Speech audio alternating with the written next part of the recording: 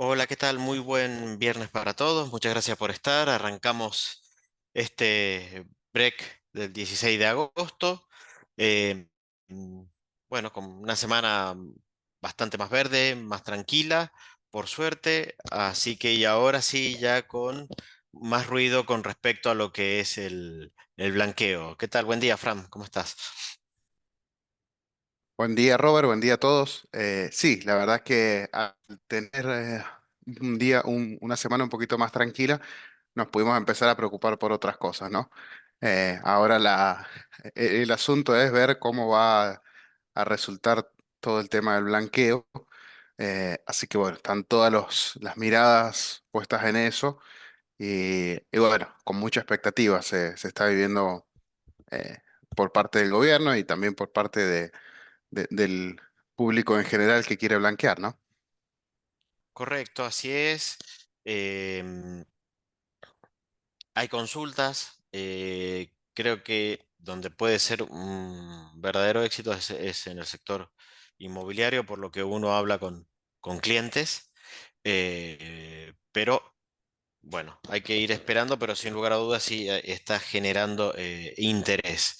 Eh, Fue una semana más tranquila, lo decíamos, para intentar separar.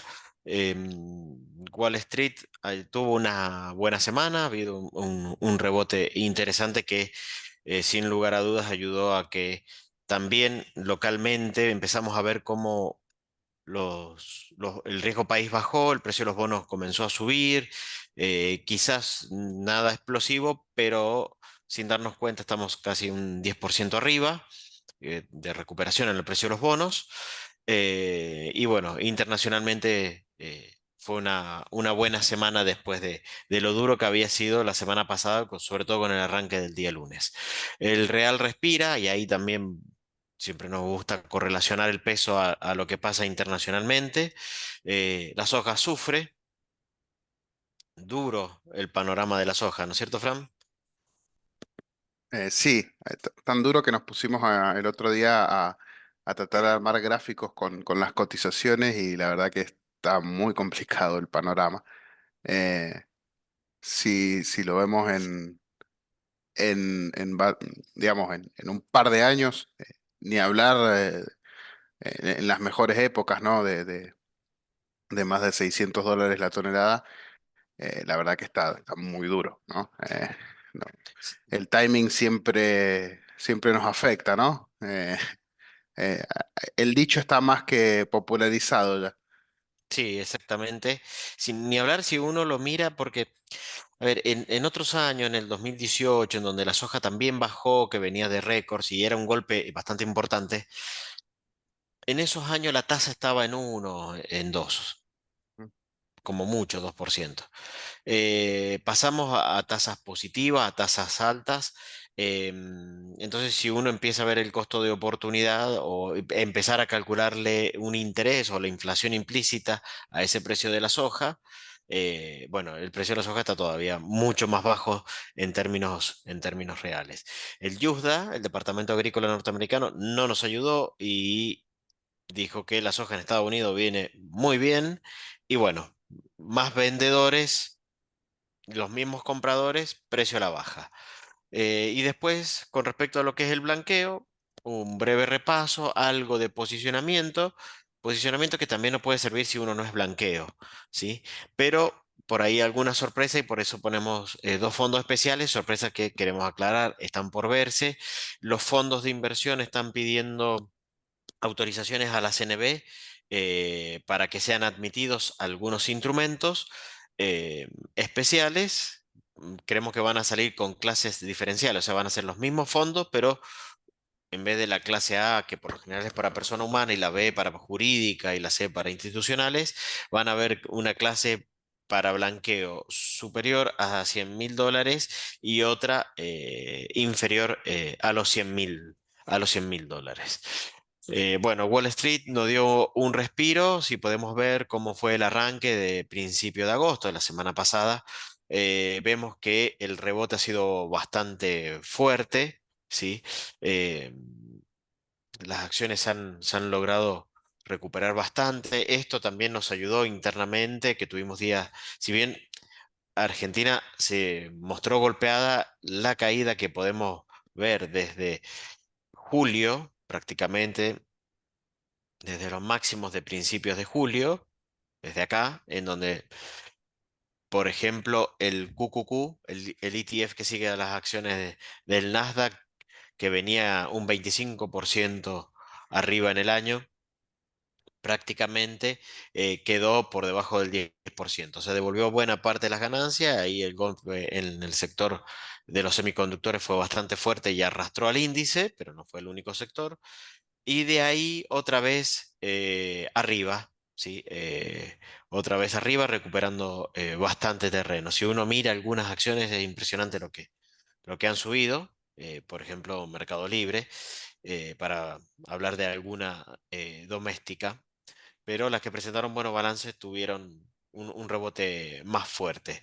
El S&P haciendo el mismo dibujo que el QQQ y el Dow Jones y el Russell, que vienen más atrasados en el año, también demostraron, ¿no? El Russell en algún break lo habíamos visto, venía siendo más resiliente, pero terminó cayendo, terminó cediendo y terminó contagiándose del resto.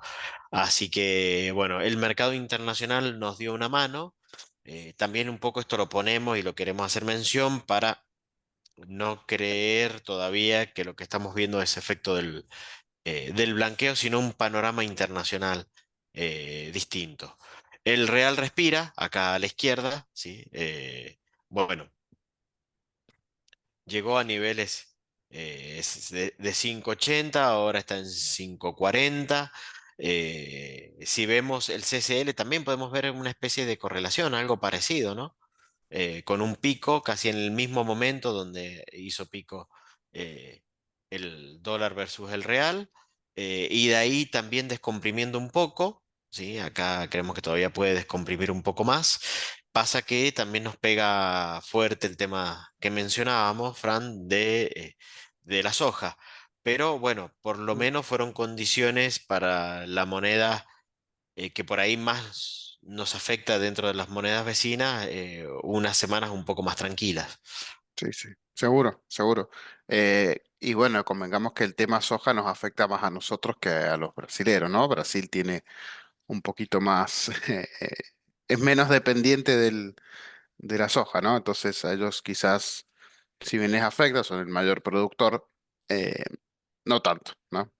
En porcentaje de su producción y de sus exportaciones no es tan representativo, ¿no? Entonces, eh, no les afecta tanto. De todas maneras, obviamente que es complicado, eh, y creo que lo vimos la semana pasada cuando estaban los rumores de esas inundaciones por Brasil. Ahí tendríamos que haber liquidado hasta el último grano de soja. Eh, a partir de que pasó eso, de ahí en adelante fue picada, caída en picada, ¿no? Pero bueno, sube por escalera y baja por ascensor este asunto, siempre pasa lo mismo. Entonces, bueno, vamos a tener que volver a tener paciencia. Sí, Eh, ahí, sí, sí, perdón, perdón. decime, Rob. Sí, No, no, decime. ahí lo que hay que terminar de ver es el P por Q final que termina Sí, quedando, porque a veces lo que uno no pierde por precio lo pierde por volumen. El caso del año pasado de la sequía, el caso de este año en cuanto a precios. Hay que ver cómo se termina de definir el calendario agrícola del año que viene en cuanto a lo meteorológico. Pero bueno, se descomprimió un poco esta brecha tan abultada que nosotros veníamos hablando. ujú, Hay que ver cómo continúa. Pero bueno, por ahora esa descompresión, y lo decíamos, si sube el precio de los bonos va a bajar el tipo de cambio, va a bajar el riesgo país, el precio de los bonos fue a la suba, el precio de las acciones también, o sea que hemos pasado 2 semanas tranquilas, y ayer fue un día bastante positivo internacionalmente y también localmente. El riesgo país que sí. llegó a 1.600 y algo, ayer ya estuvo por debajo de los 1.500. Sí, sí, y también no solo para los bonos que, bueno, volvieron a esa senda de ir de a poquito escalando y, bueno, bajando los 1.500 puntos. Las acciones también tuvieron una semana muy buena, o unas 2 semanas quizás muy buenas desde el lunes pasado. con subas en algunos casos en dólares de más del 20%. Por ahí lo vemos desde acá, desde Argentina, y bueno, no pareciera que están subiendo tanto porque el tipo de cambio ha bajado bastante, pero la realidad es que en dólares vienen, varias de ellas vienen muy, muy bien, ¿no? Con algunos balances entre medio que dieron bastante bien, pero bueno, buenos movimientos en cuanto al mercado local, ¿no? Incluso Sí, se habla de que las acciones ya quedaron muy, muy caras respecto a los bonos, y se habla de una corrección de si tienen que subir los bonos o si tienen que bajar las acciones. Ojalá que suban sí. los bonos, ¿no? Lo que, Pero bueno, lo que dicen los manuales internacionales dicen que primero deberían subir los bonos y después claro, las acciones. Como estamos en Argentina y siempre somos tan especiales y nos creemos tan especiales, acá primero subieron las acciones y después los bonos. Ahí, con respecto a ese punto, sin lugar a duda, a ver, yo creo que de corto y mediano plazo puede haber una disociación entre acciones y bonos, eh, como hubo una disociación entre la tasa o los rendimientos de las obligaciones negociables contra de los bonos. En aquellos momentos siempre decíamos no, pero las empresas tienen un flujo libre de caja, el Estado no. Bueno, hoy el Estado tiene un superávit fiscal y en la mayoría de los meses va a tener un superávit financiero, con lo cual empieza a ser un poco más interesante. Pero bueno, sí, vimos mucha suba en el sector oil and gas, sector bancario, Vima fuerte, eh, así que bueno, hay que ver cómo continúa. eh, esa senda y a ver si este empujón de la baja del riesgo país ayuda con el tema del blanqueo y el posicionamiento en títulos. Breve repaso, ustedes esto quizá lo han leído en muchos lados, pero como para tenerlo en cuenta, tenemos el blanqueo que tiene tres etapas. Lo que se ingrese hasta el 30 de septiembre, al 31 de diciembre y al 31 de marzo. Em, para lo que es superior a $100.000, la diferencia solamente va a estar en el tema de la multa, 5%, 10%, 15% respectivamente, eh, para mantener los fondos hasta el 31 de diciembre del año 2025. Si se blanquea menos de $100.000, no hay que tener permanencia, ¿sí? Uno puede salir el 1 de octubre. Instrumentos elegibles para el blanqueo. Bueno, básicamente es un blanqueo que lo que quiere hacer es exteriorizar la riqueza que está escondida. No tiene un gran fin recaudatorio, porque haciendo cosas muy tranquilas uno podría pasar el año que viene, y ya vamos a ver hasta qué punto podría ser. Entonces prácticamente permiten comprar financieramente cualquier cosa. También están las obligaciones en activos reales, que ahí nosotros creemos que el tema inmobiliario va a ser firme. Pero bueno, lo que son títulos públicos, fideicomisos, que no es tan común, pero bueno, hay fideicomisos al consumo. En una época cuando teníamos fondos de pensiones eran un segmento muy importante. Los fondos comunes de inversión y, las obligaciones negociables, ¿sí? O sea, en lo que es mercado de capitales prácticamente deja fuera lo que son CDRs, cauciones, creo que también el tema de los cheques pago diferido. Pero básicamente lo que más nos importa ahí son los CDRs, ¿sí? Por ahí cauciones porque algún cliente puede querer estar poco tiempo, sobre todo menor a $100.000. Bueno, ahí lo importante es que decir, bueno, pero yo no pago impuestos, podría elegir cualquier cosa, sí, pero vamos a los requisitos. Uno de los requisitos importantes que se nos señala es que hay que elegir los activos elegibles de 10 días. Entonces, si yo quiero blanquear y entrar al mercado de capitales para hacer cauciones al 5 o 6%, como está la tasa en este momento, no es un activo elegible la caución, con lo cual lo voy a poder tener 10 días y después se debe devolver. Igual que no es necesario estar hasta el 31 de diciembre del 2025 en el mismo activo, sino que se puede ir rotando la cartera, lo cual también es una ventaja. Pero bueno, estos también hay 10 días desde que yo vendo hasta que vuelvo a comprar. Estos son los parámetros generales, o sea, lo que queremos mostrar que es un blanqueo muy flexible, no hay un bono específico, no hay un bono blanqueo, lo cual es bastante positivo, ¿sí? Para el que vaya a entrar a mercado de capitales, porque las alternativas son bastante. Acá hemos tomado unas carteras que armó la gente de InView. Por ahí en algún break hemos mostrado el posicionamiento de InView para algún mes particular. Este mes en agosto hemos preferido no mostrar ese posicionamiento de cartera, sino ver qué podemos hacer con los dólares del régimen de regularización de activos, que también es válido, como es tan amplio, también es válido para el que no está. ¿Sí? Entonces, bueno, abarcamos todo con eso. Y acá empiezan a ver unas perlas, Fran. Sí, sí. Eh, de alguna manera se las han ingeniado para que a pesar de que no se puedan comprar CDRs, los fondos de LATAM, algún fondo LATAM sí pueda ser elegible, incluso de más de de más de una administradora. Y como vemos acá, más del 70%, más del 75% de la deuda termina siendo latinoamericana, ¿no? Un poco saliendo del riesgo argentino. Creo que es la única manera que tenemos dentro de todo este asunto para poder salir del riesgo argentino, vía fondos. Em, y bueno, de alguna manera han encontrado ahí el vacío legal, ¿no? La idea claramente de esto es que el dinero se quede dando vueltas en el país.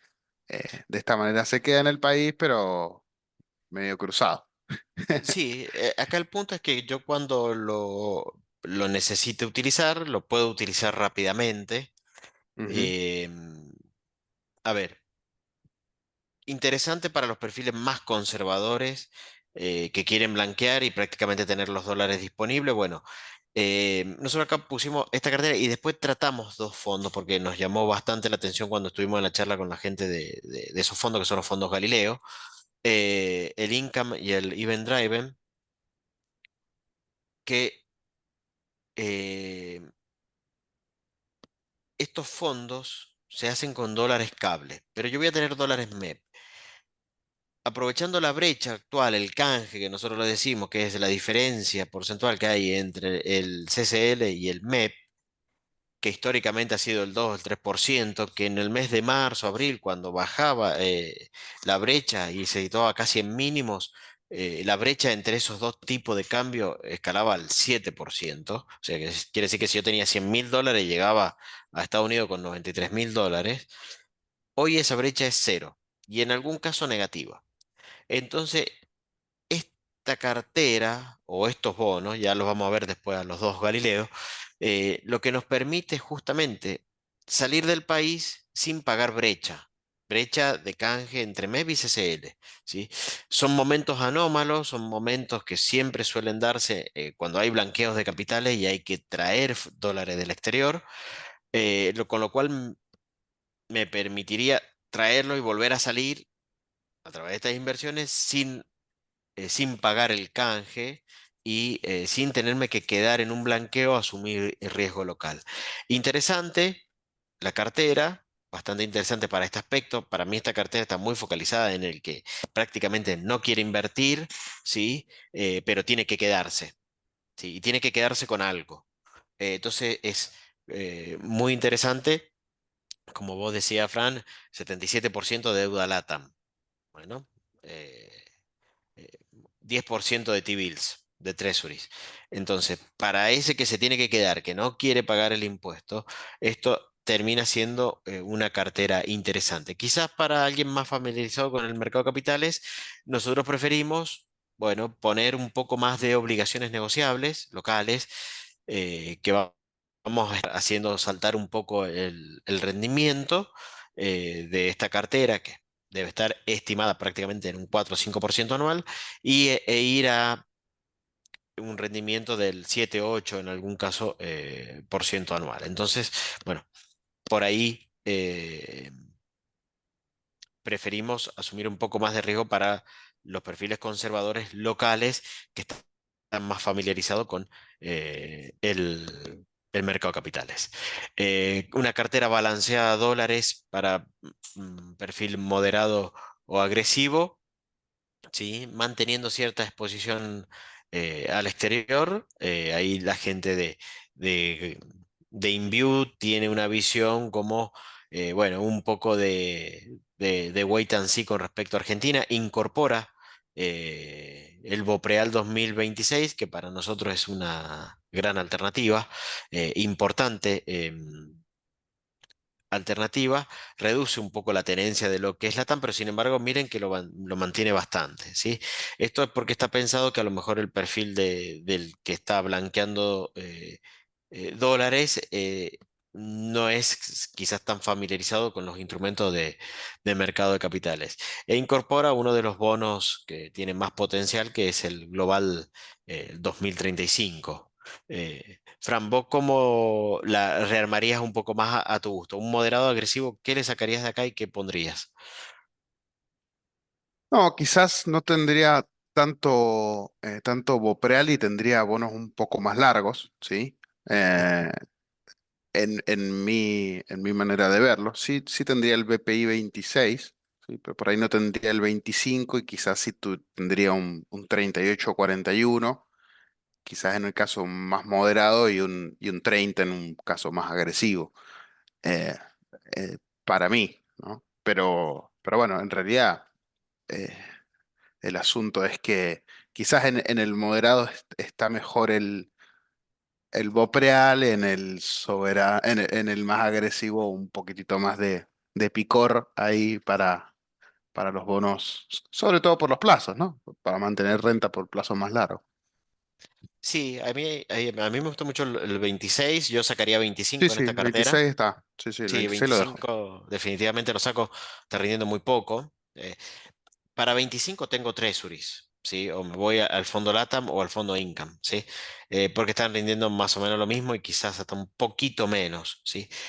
Sinceramente, más qui- quizás la ventaja del BPJ 25 es que tiene amortizaciones mensuales, pero tampoco me las puedo llevar si tengo más de $100.000. Entonces, bueno, ese por ahí es el punto. Sí, quizás sacaría algunos instrumentos un poco tan defensivos y me iría un poco más agresivo, como vos decías, en función si es más moderado o más agresivo. Pero entendemos la filosofía de InView al momento de hablar, de armar esta cartera. Después ya pasamos a dos carteras en pesos. Ya vamos a contestar la pregunta ahí que nos hizo Gustavo en el chat, cómo está conformado el Galileo Income, de acuerdo a lo que dice la, eh, el modelo de la gestora. Y para pesos, bueno, para pesos, una mezcla de ser tasa fija y un poquito de contado con liquidación.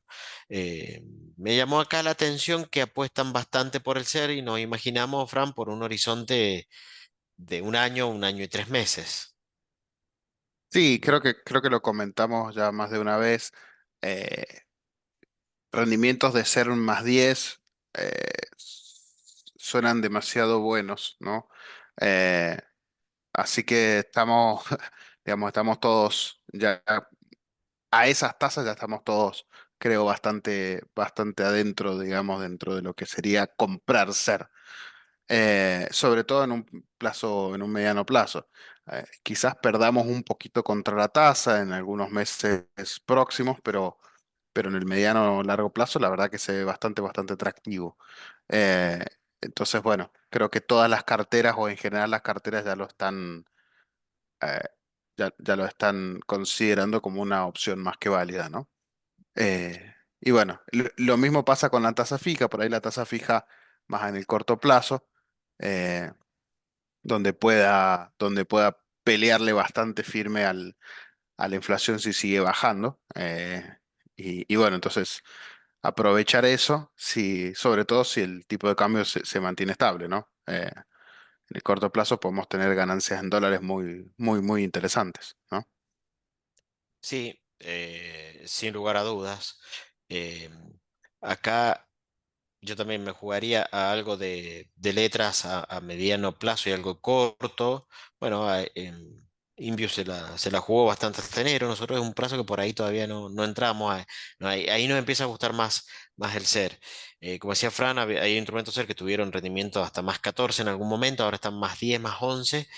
Y si uno se imagina un escenario muy bueno para el gobierno, inflación más 10. eh, Vamos a suponer que la inflación es cero, que mi ley destruye la inflación, la hace desaparecer, 2026, 2027, no sé, y voy a tener de rendimiento inflación más 10.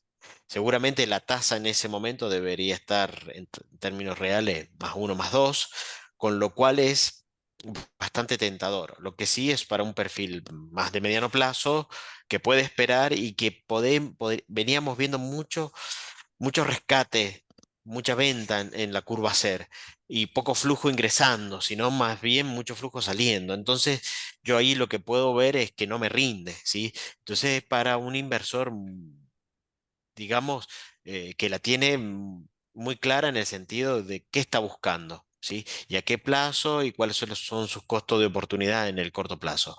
Lo decimos, o sea, a 2000, podíamos armar una curva de 2026, 27, 28, 31, que son los bonos que hay, y después saltamos al 33, 38 y 45, si no me equivoco, todo con rendimiento en dos dígitos de inflación.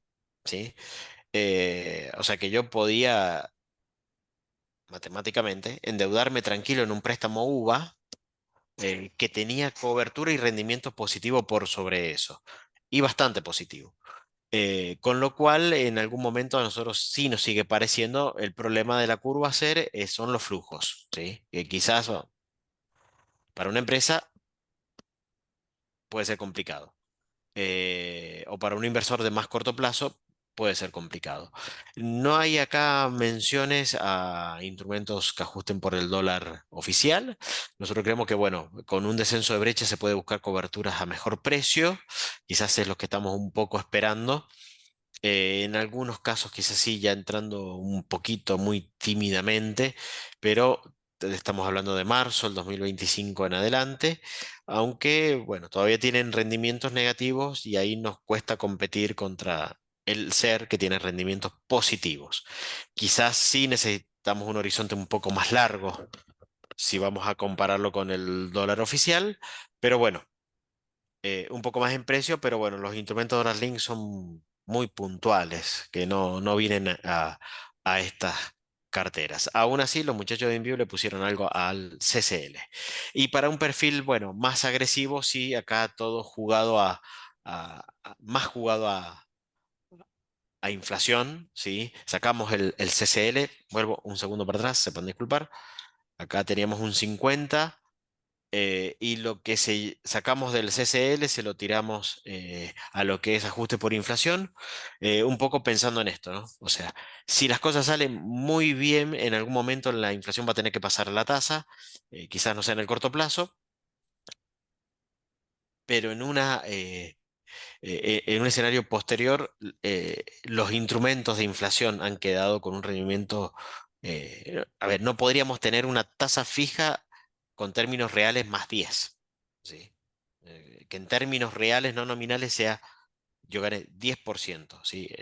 Sería una masacre de la actividad económica. Y ahí es donde, los instrumentos SER para esos inversores más pacientes y de mediano plazo tienen un, un buen potencial. Acá, Fran, bueno, estamos hablando de carteras en pesos, eh, y ahí estamos hasta un poco más acotados. ¿Qué Sí. cambiarías vos? ¿Qué no te gusta o o qué le agregarías? No, no, creo que en pesos hay dos opciones, ¿no? En pesos, bueno, técnicamente tres opciones. Tenemos tasa fija, tenemos CER y tenemos dólar, en el conjunto grande de dólares, ¿no?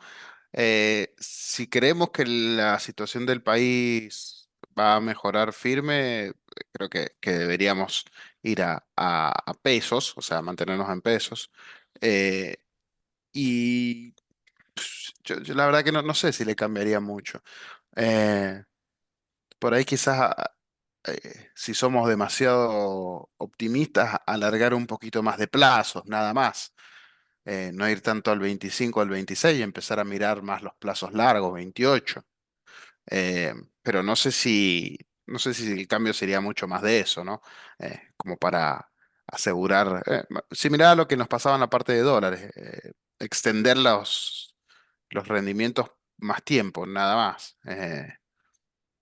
Respecto al resto, creo que la idea, digamos, es similar. Bien, perfecto. Sí, yo ahí con respecto a lo que vos decías, Dólar Link, eh, un Bopreal A por sobre Sí. un TV25. Tienen un mes de Ujú. diferencia y uno rinde positivo y el otro negativo. Por ahí si tuviera que ingresar al blanqueo y buscar cobertura, dólar oficial. Eh, Creo que por ahí sí puede ser. Y el resto sí, no, peso, no hay mucho más. Peso, no hay Sí, mucho sí. más. Eh, Dólar, bueno, sí, porque tenemos los soberanos, tenemos bopreales, sin ni hablar que si nos permiten jugar un poquito afuera. Dos fondos especiales, tratamos esto porque, bueno, conocemos bastante a la gestora y lo hemos estado viendo. Todavía esto está en trámite, por lo menos hasta la última charla que tuvimos el día martes. Este fondo que está más volcado a LATAM, ¿sí? Tiene algo de Argentina, o sea, nos incluyen. Y básicamente son bonos corporativos. Tiene un 94% de bonos corporativos. eh, Así que es interesante. Bueno, no sé si nos gusta tanto Brasil y México, pero Colombia, qué sé yo, no sé. Pero bueno, sale del riesgo país y también hay que decir que es- son bonos que tienen una duration bastante corta.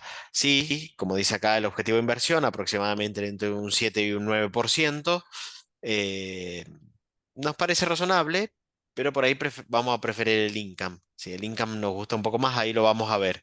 Esto tiene la diversificación que sale de Argentina, son bonos corporativos mayormente, no son bonos soberanos o subsoberanos, con lo cual, con un poco de paciencia y en un escenario de baja de tasa, nosotros creemos que estos fondos deberían eh, andar bien. Es una buena alternativa. Hay que ver que CNB los permita, ¿sí? Lo permita utilizar. Para aquellos, quizás puede ser un buen enganche para aquellos, volvemos a lo mismo, que no quieran pagar que sea menos de $100.000, no tengan problema en pagar la multa.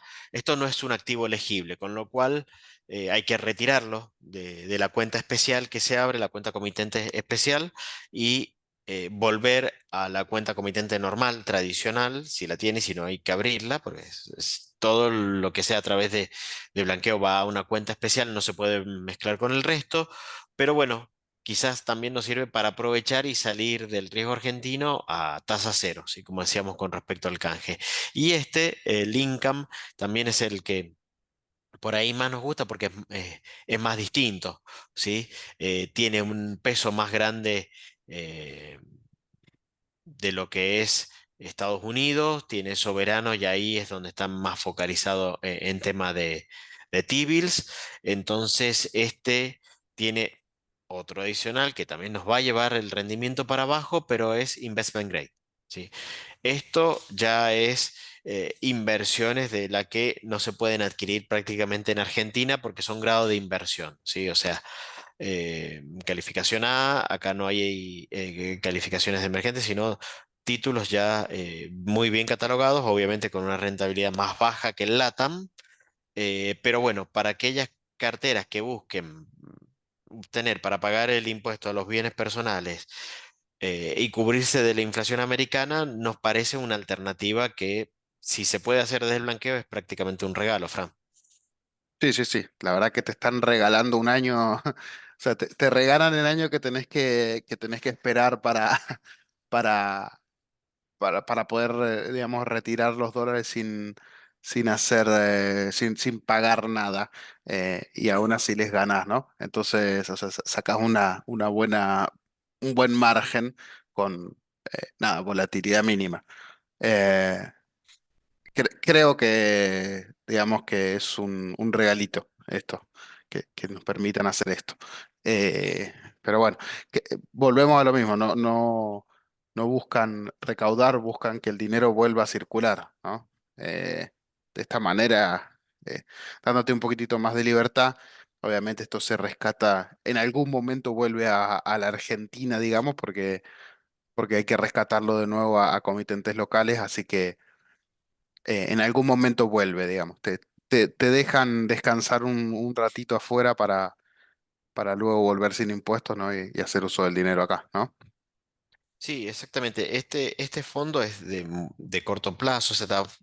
focalizado, como dice ahí en la estrategia de inversión, de baja volatilidad. ¿Sí? Y al tener, dice, adecuado nivel de liquidez, dice, bueno, buenísimo. ¿Qué liquidez tiene? Cero. ¿Cómo?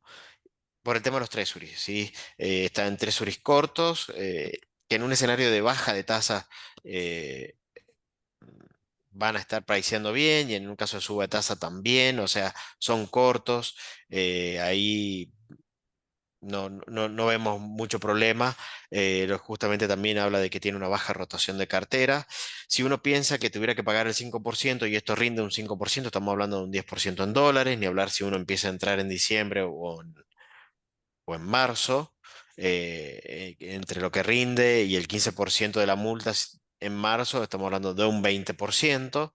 Eh, Interesante. Esto por ahí nosotros no hemos hablado mucho de estos fondos porque cuando con una brecha del 7% estás más de un año para recuperar lo que pagas por brecha de salida, ¿no? Es como comprar dólares con una brecha de 60 cuando yo hoy lo puedo comprar con una brecha de 30 y algo, 35 más o menos. Y ahorré 25 puntos, ¿sí? No es menor. Entonces, en este contexto, sí luce razonable y atractivo, porque no tengo que perderme un año de T-bills para recuperar por haber salido, haber sacado la plata de Argentina. Son momentos que uno nunca sabe cuánto van a durar, pero bueno, por ahí para el que estaba esperando, sin tener la necesidad de hacer contado con liquidación, ¿sí? O de abrir una cuenta fuera. Eh, Fácil entrar, fácil salir, y ahí es donde nos Ujú. gusta. No sé si hay Exacto. alguna consulta en el foro. Bueno, nos preguntaban cómo estaban compuestos estos fondos. Creo que lo Bueno, respondimos. sí, viva Chile y Paraguay, sí. Chile y Paraguay por ahí nos gusta más, sobre todo Paraguay. Brasil y Colombia nos generan un poco más de ruido, al igual que México, pero bueno, no tanto como para no invertir en, Sí, sí. en estos fondos. Fran, ¿te ibas a decir algo? No, no, que justo también ayer hablábamos del tema investment grades, ayer, antes de ayer, ya no me acuerdo. Eh, Raro que no incluya nada de Perú. Suelen incluir bastante Perú todos estos instrumentos, Ujú. todos estos fondos. Pero bueno, por ahí no han tenido las mejores de las etapas, en Perú, pero bueno, tienen tienen bonos investment grade, y nosotros hablábamos lo lejos que estamos, ¿no? Muy Exactamente, lejos. años. Años, A años para muchos años, a poder. 10 años de Sí, llegar con suerte, ¿no? Haciendo todo bien, estamos a 10 años de llegar a ser investment grade, ¿no? Increíble, increíble. sí. Recuerden, para tema fondos y para. No, fondos no, perdón. Para tema bonos y para tema acciones. A ver, estamos en standalone. Es decir, si pasáramos a emergente en algún momento en la línea del tiempo, vamos a estar siendo posibles de compras, de inversiones por parte de otro tipo de fondos, los que se dedican al mercado emergente, y van a empezar a agregar a Argentina. Sí, ahí puede haber un salto grande. Mientras tanto, hay muchos fondos que no pueden invertir, entonces tenemos inversores más especulativos, que buscan hacer ganancias, por eso tenemos tanta volatilidad también, ¿sí? Y no somos como esto, en donde es difícil ganar mucho, pero es difícil perder. Bueno, hasta que eso no pase, van a ser momentos de subas y de caídas abruptas, va a ser mucha volatilidad.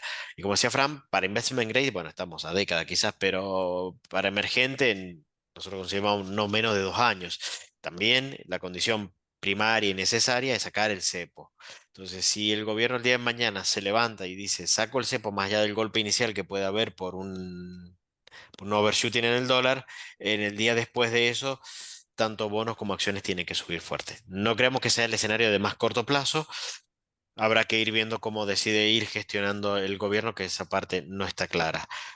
Muchos temas que nos quedaron en el tintero. Bueno, salió el dato de inflación esta semana, pero no queremos alargarlo mucho ya por la hora. Salió el dato de inflación esta semana. Un dato bueno, con gusto un poco amargo, pero no deja de ser bueno. Hay que mirar, seguir mirando la núcleo. Dentro de las variables que se han movido interesantemente esta semana, el oro, siempre decimos el oro ha ganado, lleva en el año casi un 25% de suba, básicamente lo que rinde un AL30 en términos anuales. Increíble, pero sí, eso lleva el oro. Creemos que le queda poco espacio en el año para seguir subiendo, pero un pequeño recorrido alcista todavía tiene. A mirar las mineras. Y ayer salimos, Fran, con la letra de Godoy Cruz, que Sí, conjunto a nuestros colocadores, bueno, fue un éxito la colocación. Queríamos pasar el aviso porque estamos muy contentos y orgullosos. Y también decir que, a ver, esta era una letra corta, quizás ahí había valor, pero si hubiese sido un poco más largo, porque rendía prácticamente como una LECAP, salió Badlar más 5,5, cuando otras colocaciones, como Edenor, salió Badlar más 7. Así que comprimió bastante. Creemos que la tasa variable puede andar bien de acá a mediano plazo.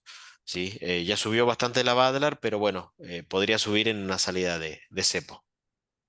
sí, exactamente. Exactamente. Sí, Ah, sí, la verdad que fue una linda jornada ayer con, bueno, con la adrenalina de cada una de las emisiones que se hacen, esperando las ofertas de los inversores. Y bueno, fue bastante linda la jornada con eh, más de 1.000 millones de pesos ofrecidos de los 600 millones que se querían colocar.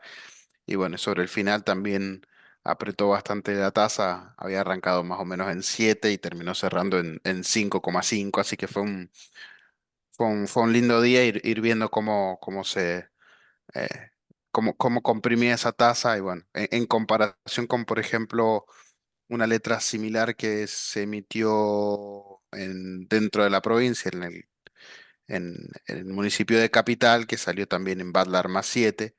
Entonces, logramos también un poquito de menos tasa ahí que Capital con Godoy Cruz. Así que, bueno, el municipio se está financiando a buenas tasas, a buenas tasas. sí, sí, así que fue, bueno, fue una, una jornada bastante adrenalina, así que bueno, también queríamos mencionarlo porque es como un logro acá del equipo, de la zona, de la región, así que bueno, muchas cosas para hablar este break y muchísimas gracias por estar y haber aguantado tanto. Cualquier duda o consulta Sí, sí. saben cómo contactarse con nosotros y bueno, muy buen fin de semana y los esperamos el próximo viernes.